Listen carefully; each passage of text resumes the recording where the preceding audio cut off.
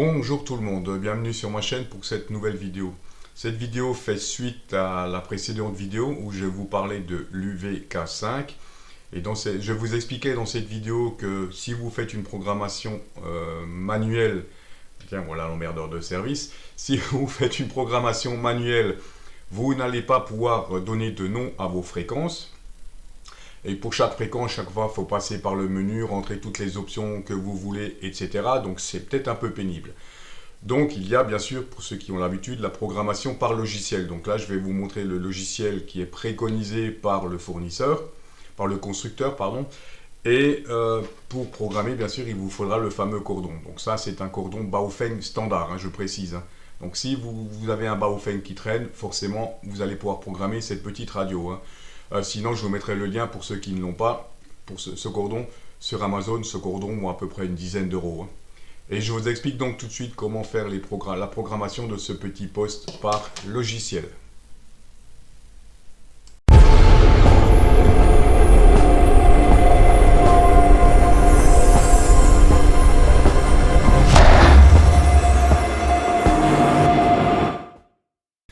Alors, dans un premier temps, bien sûr, la première chose à faire, ça va être de récupérer, de télécharger le programme qu'il vous faut pour votre poste radio. Donc, vous allez sur ce site, je vous avais déjà mis le lien, je vous le remettrai en description, pas de problème.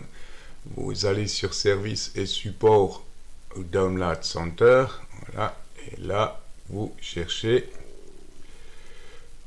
l'UVK5 qui est ici, voilà, analogue radio, analogique radio, hop, voilà, et donc là, vous avez tous les fichiers, vous avez la doc, le manuel en anglais et en français, je vous ai mis le lien en français, je vous le remettrai également, la documentation en français, là, vous avez, si vous voulez télécharger éventuellement, pourquoi pas, la toute dernière version du software, et là vous avez donc UK5 firmware en anglais et en chinois. Donc c'est ce programme qu'on va télécharger et installer. C'est ce programme qui nous intéresse. Une fois que vous l'aurez téléchargé des IP et que vous aurez fait l'installation, vous aurez ceci, cette petite icône sur votre bureau. Voilà, donc on va exécuter ce petit logiciel et je vous explique un petit peu brièvement comment ça fonctionne. On passe tout de suite à la partie logiciel à proprement parler. Donc voilà ce que ça va donner une fois que vous aurez exécuté votre logiciel. Vous aurez cette fenêtre. Donc ensuite on va brancher notre poste radio. Donc petite manipulation, je ne sais pas pourquoi, si c'est un petit bug ou pourquoi c'est comme ça. Il faut allumer en premier votre poste radio avant de mettre la fiche USB, avant de brancher votre connectique sur la fiche micro. Vous allumez d'abord votre poste radio, voilà, ensuite vous branchez votre radio en USB, sinon votre radio ne s'allumera pas, c'est peut-être un petit bug, je ne sais pas. Ensuite, on va voir donc dans gestionnaire de périphériques pour repérer donc le COM. Donc comme on le voit, chez moi, USB Serial CH340, c'est le COM 8. Voilà, donc première chose, je vais sur Setting, comme Setting, et je me connecte donc sur mon port 8. Voilà. Ensuite ici, on voit, on a différentes icônes. Donc je vais déjà récupérer, j'ai programmé quelques fréquences PMR et quelques fréquences VHF locales. Je vais déjà récupérer ça. Donc vous cliquez sur Read In pour lire ce qu'il y a dans la radio, récupérer. Donc voilà. Donc là, on va récupérer les données de notre radio. Voilà qui est fait. Donc théoriquement, vos données, vous allez les retrouver dans Memory Channel, là, ici. Voilà, ça, ce sont les quelques canaux que j'ai mémorisés pour vous montrer. Je vais y revenir tout à l'heure. Donc, dans l'ordre, on va retrouver ici, je vais déjà essayer de vous présenter rapidement, donc base info, donc ça c'est la dernière, c'est la version du firmware. Ça vous permet de voir sur le site constructeur si vous êtes à jour. Fonction key, c'est les deux petites touches que vous avez en bas sur le côté gauche de votre radio. Donc là, vous allez pouvoir modifier toutes les fonctions. Donc à la base, je crois que c'est il y a une fonction lampe de poche et une fonction alarme et une fonction 1750 comme on le voit. Donc moi j'ai laissé ça comme ça. mais vous pouvez modifier les fonctions de ces deux touches, hein, pour appui court et appui long. Voilà un petit peu toutes les options que vous pouvez donner à ces deux boutons, hein, en appui court et là en appui long, hein.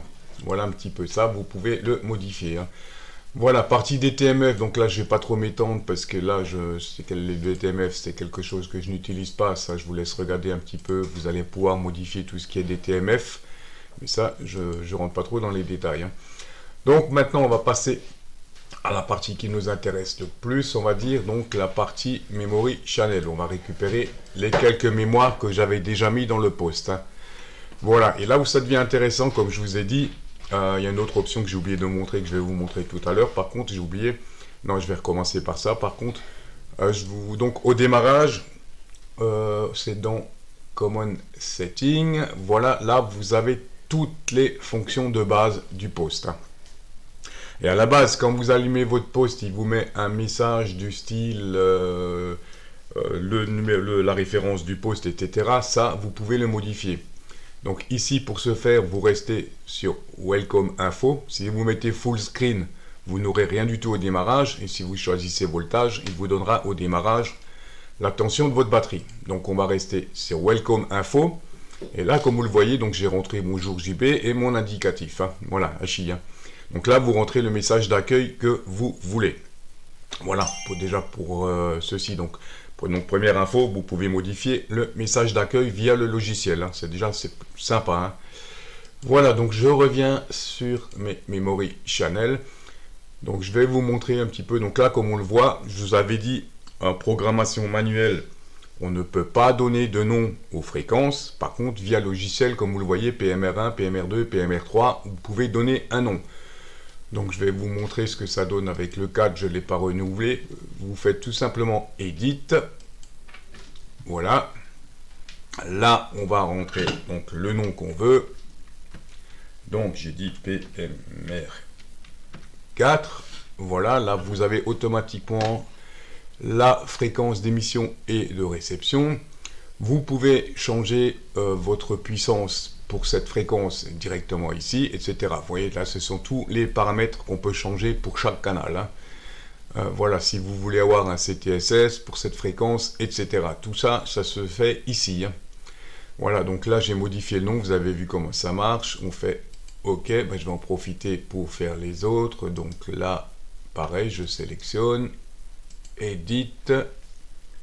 Donc PMR5, OK. Hop, Edit. PMR6. OK. Edit. PMR7. OK. Et la dernière, Edit. PMR8. OK. Voilà, comme vous le voyez un petit peu. Et là, j'ai le relais local que je vais renommer également. Donc, Edit, ça je supprime. Relais. Petit ballon. Et préciser VHF. Ah, j'ai pas assez de caractères, donc on va le laisser comme ça, relais petit ballon. Ok, voilà, comme ça mes fréquences ont un nom. Autre précision, par contre, hop, voilà, c'est où?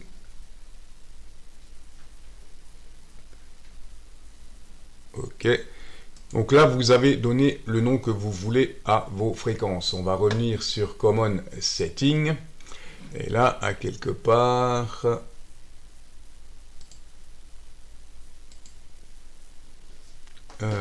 il y a une option, voilà, ici, Channel Display Mode. Donc, soit vous affichez votre fréquence, soit vous affichez le numéro de canal, et soit vous affichez les noms. Donc, comme on vient de donner un nom à chacune de nos fréquences, on va choisir Channel Name. Voilà, on va laisser ça. Voilà. Et donc, maintenant, quand vous allez transférer ça dans votre poste, quand vous allez redémarrer votre poste, à la place des numéros de canaux ou des fréquences, vous aurez ceci qui sera affiché, hein, PMR 1, 2, 3, etc. hein. Voilà un petit peu. Ensuite, on va passer, bon VFO, je ne rentre pas dans les détails, parce que c'est toutes les plages de fréquences qui sont programmées, hein, un petit peu. Maintenant, ce qui devient intéressant, c'est dans Scan List, voilà. On clique sur Scan List, on a deux listes. Donc là, je suis sur la une qui est, donc je l'édite. Voilà, donc ça, ce sont toutes les fréquences que j'ai rentrées dans la liste 1. Donc que je peux scanner. Si je veux en retirer une, je la retire. Là, j'ai tous les... Donc le relais, par exemple, je vais le retirer. Voilà. Donc là, sur la liste 1, j'aurai tous les fréquences PMR programmées. Et là, si vous cochez cette case Open Priority Channel, vous allez pouvoir sélectionner deux canaux. Donc par exemple, pourquoi pas le canal PMR 1 et le canal PMR 8. Donc quand vous avez sélectionné ces canaux-là, ces deux canaux-là, ok. S'il y a un signal sur ces deux canaux-là, bien sûr, vous les entendrez tout de suite en priorité, quel que soit le canal sur lequel vous êtes. Hein, donc c'est assez intéressant. Hein. Voilà, le principe reste le même pour la deuxième liste. Hein. Vous pouvez rajouter une deuxième liste. Et donc là, bon, j'ai encore pas mal de fréquences à programmer. Tout ce qui est l'aéroport local, je ne l'ai pas encore fait. Je vais utiliser cette deuxième liste pour ça. Hein. Voilà un petit peu. Et là, vous pouvez également, donc ça c'est fait. Vous avez également la possibilité dans FM radio de rajouter des fréquences. Hein. Donc là, vous rentrez tout simplement la fréquence comme ça, numéro 1, fréquence en mégahertz, donc 97.3 qui est la radio que j'écoute le plus, et ainsi de suite. Hein. Ok, ça c'est bon. Ça c'est bon. Voilà un petit peu. Hein. Pour la présentation. Donc maintenant que vous avez, comme on l'a vu, enfin bon là je vais vous montrer avec les fréquences que j'ai, donc vous avez rentré les fréquences que vous voulez, bien sûr là vous pouvez rajouter, hein, vous cliquez sur 10, et vous faites Edit, et là vous pouvez rajouter la fréquence que vous voulez comme ça, hein, directement par logiciel, hein. Voilà, c'est pas bien plus compliqué que ça, vous pouvez rajouter autant de canaux que vous voulez. Hein. Ensuite ce qu'on va faire, on va cliquer sur Save. Voilà, et vous allez donc Save, et vous allez enregistrer une copie de ce fichier-là où vous voulez. Hein. Comme ça, si vous avez un souci avec votre radio, vous avez toujours le fichier de secours, on va dire, avec toutes vos fréquences mémorisées. Hein. Voilà, et maintenant, il ne reste plus qu'une fois que vous avez fini toutes vos modifications, à faire Write Out pour rentrer tout ça dans la radio. Voilà, là, il est en train de me rentrer toutes mes modifications dans mon poste radio.